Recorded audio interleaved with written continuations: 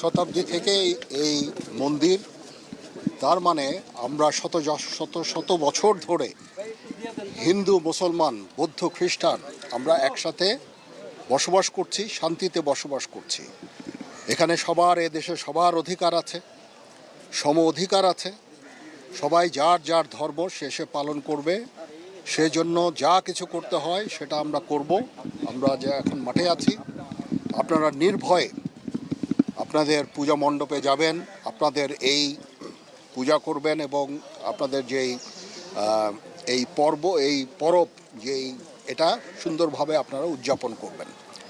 আপনাদের কোথাও ভয় পাওয়ার কোনো কারণ নাই। আমি সারা বাংলাদেশে বিভিন্ন জায়গায় আমার সেনাবাহিনী ডিপ্লয় করা হয়েছে। আমি বিশেষভাবে বলে দিয়েছি, এটাই স্বাভাবিক হওয়াই কথা ছিল যে আমরা স্বভাবতই একটা সুন্দর পরিবেশ চাই এবং সেই পরিবেশে সবাই আপনাদের এই পরবটা আপনারা উদযাপন করবেন।